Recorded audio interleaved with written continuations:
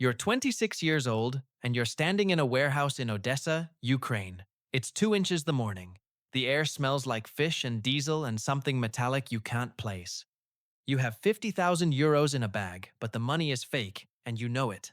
The man who hired you is named Dmitry, but that's not his real name. No one uses real names here. 3 weeks ago, you were in Poland. You were sleeping in a hostel in Krakow, burning through your last savings. You dropped out of a master's program because you couldn't afford it anymore. Your parents don't know. Your friends don't know. You were sitting in that hostel eating cheap bread and drinking free water and wondering how you messed up your life so badly. Then Dmitry found you. He sat down at your table and asked if you wanted to make some money. Real money. You said yes because you had no other answer. Now you're here, in this warehouse. Men with guns are loading boxes onto trucks. No one tells you what's in the boxes. You don't ask. You learned fast that asking questions is how people disappear in this world. Your job is simple. You go from one place to another. You carry nothing illegal. You just watch and remember. Routes, checkpoints, faces of guards who take bribes.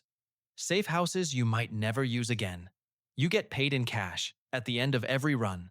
Enough to live, enough to keep going, enough to not think about what you're actually doing. The first time you cross a border, you're terrified. Romania. A bored guard looks at your passport. Your hands shake on the steering wheel. You force them still. He asks where you're going. You say tourism. He asks how long you're staying. You say a week. He waves you through. You drive for 20 minutes, then pull over and breathe. Your whole body is shaking now. You don't tell anyone about this. You never tell anyone anything. What would you have done differently if you were in his place? Comment below. The second time is worse. Turkey, eastern border. A guard who stares at your passport too long, asks too many questions. Where were you last month? Why does your entry stamp not match? Who are you meeting here? You have answers ready. You memorize them. You stay calm. You look him in the eye. He lets you go, but you see him write your passport number in a notebook. You report it. You send a coded message to an email address you only use for this. 3 days later, you're scrolling news on your phone and you see that the guard died. Heart attack, the report says. He was 43. You know it wasn't a heart attack. You don't say anything. You don't ask anything. You just keep moving. 18 months pass. You've crossed 37 borders. You've visited 14 countries. You've never slept more than 3 nights in the same bed. You've learned to read people fast. Who can be trusted? Who will sell you out for a better price? Who is already working for someone else? You learn that the boxes you carry are not always what they seem. Sometimes they're electronics, circuit boards, guidance chips. Sometimes they're documents. Sometimes they're just empty. Empty boxes to test routes, to see which guards can be bought, to map the system. You learn that you're not just a courier. You're a test subject. You're gathering information just by moving through the world. Every checkpoint you pass, every bribe you pay, every official you meet becomes data. And the data flows upward to people you'll never see. One night you find a file on your work tablet. It's not meant for you. It's just there. A folder you never noticed. You open it because you're curious. Because you've spent 18 months not asking questions and curiosity is the only thing you have left. The file shows everything. Every shipment you ever moved. Every route. Every name. And it shows shipments you never saw. Routes you never used. Names you never heard. It shows that the people you work for are not just criminals. They're an empire. They're everywhere. They control borders, governments, armies. And you are nothing. You are the bottom. The entry level. A test to see if you can handle more. You close the file. You don't tell anyone you saw it. But you can't unsee it. And now you know that this life is not temporary. This life is a staircase, and you're only on the first step. 3 years pass. You're in Syria now. A workshop outside Aleppo, hidden in a building that used to be a factory. The walls are thick concrete. The windows are painted black. The men working next to you are engineers who used to build weapons for European countries. Now they build for whoever pays. You're not moving boxes anymore. You're changing what's inside them. Your job now is to take regular drones and make them dangerous. You install small computer chips. These chips let the drones fly without a pilot. They let the drones find targets on their own. You write code that tells the drone to wait, to watch, to decide. You test them in the field. A drone lifts off. It spots a man walking below. It follows him for 20 minutes. You give no commands. The drone is thinking on its own. When the man stops walking, the drone ends him. You watch the screen. The screen goes dark. You feel nothing except satisfaction that the machine worked. The buyers are private armies, companies that fight wars for money. They pay in gold, in computer currency, in promises. They don't ask if what you're selling is legal. They ask if it works. You tell them yes. It works better than anything they've seen. One buyer is different. Young guy, clean clothes, soft hands like he's never worked a day. He asks technical questions, real questions, about failure rates, about override codes, about whether the system can be hacked. You answer honestly. He nods. He pays. He leaves. 3 weeks later, you see his face on the news. He's not a buyer. He's an intelligence officer from a country you're not supposed to deal with. They caught him. They found your drones in a warehouse. Those drones were used in an attack that killed 47 people. You see the faces on the news. Families crying, politicians yelling. You feel something for a second. Then you push it down. You wait for someone to come for you. Police, soldiers, someone. No one comes. Instead, you get a message on your secure phone. It says, "When you make weapons, you make problems. Problems need solutions. You are the solution now." You don't understand until months later, when you get promoted again. Now you're a director, regional director of acquisitions. You don't just move weapons anymore. You control what they're made of. Rare metals, lithium, cobalt, the stuff that goes inside every weapon on Earth.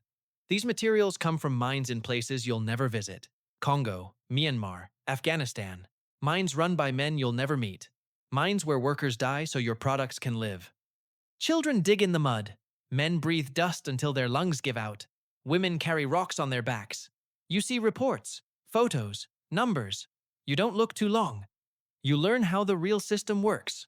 You set up fake companies in countries that don't ask questions. Panama, Cayman Islands, Dubai. You open bank accounts that move money through so many layers that no one can trace it. You make friends with politicians. You give them money for their campaigns. They give you contracts for their countries. You make sure your materials are the only ones available when the contracts come up. You learn to read the news differently. When you see a conflict starting somewhere, you understand why. Because someone made it start. Because conflict needs weapons. Weapons need materials. You control the materials. So you control the conflict. Not directly, but enough. There's a small country in Central Asia, peaceful, quiet, full of minerals you need. So you find a group that hates the government. You give them money, you give them guns, you give them phones to spread their message. The government fights back. The group fights harder. Soon the country is on fire. The UN gets involved. Other countries get involved. Everyone brings weapons. Where do the weapons come from? You. Always you. You watch the news. You see buildings falling. You see bodies in the street. You see children running. You feel nothing. You can't afford to feel. Feeling is weakness. Weakness is death. You learned that a long time ago. 20 years in. You're 50 now. You don't go to warehouses anymore. You don't cross borders. You sit in rooms with people whose faces you recognize from television. Defense ministers. Generals. People who run countries. They don't know your real name. They know your voice. They know your money. That's enough. You don't sell weapons anymore. You sell wars. You find places that are stable, and you make them unstable. You pay people to protest. You pay people to fight the protesters. You make videos that look real but aren't. Videos of leaders saying things they never said. Videos of soldiers doing things they never did. You put these videos online. You watch as countries tear themselves apart. Then you sell weapons to both sides. Everyone needs you. Everyone pays you. Everyone loses except you.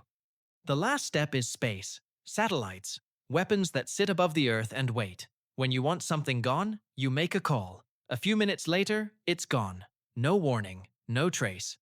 Looks like an accident. Looks like a meteor. No one knows it was you. No one can prove it. No one even suspects. Countries start behaving differently. They agree to things they never would have agreed to before. They don't know why. They just feel watched. They are watched. By you. You hold the power of life and death over millions. You don't think about it that way. You think about targets. About logistics, about the next deal. Thinking about it any other way would break you. Now you're at the top. There's no title for what you are, no name. You're just the person who decides. When a border dispute happens, you decide if it gets worse or goes away. When a resource runs low, you decide who gets what's left. When a new weapon appears that could change everything, you decide who gets it first. You decide everything. No one knows you exist. No one knows your name. You are a ghost who controls the world.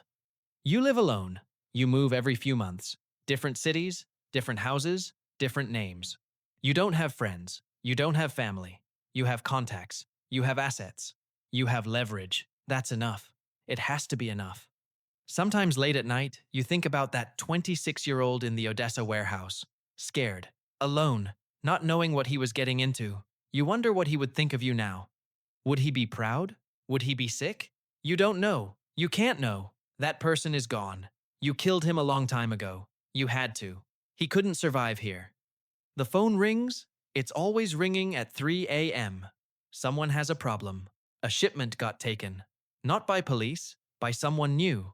Someone nobody knows. They want to talk. They want to meet. They want to negotiate. You think about it for 10 seconds. Then you give the order. No negotiation, no meeting. You have people for this. People you've kept ready for years.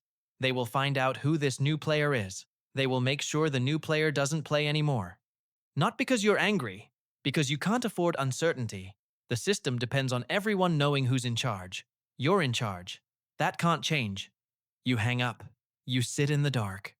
Somewhere out there, a 26-year-old is standing in a warehouse, scared, alone, about to make a choice, about to start a journey, about to become someone else.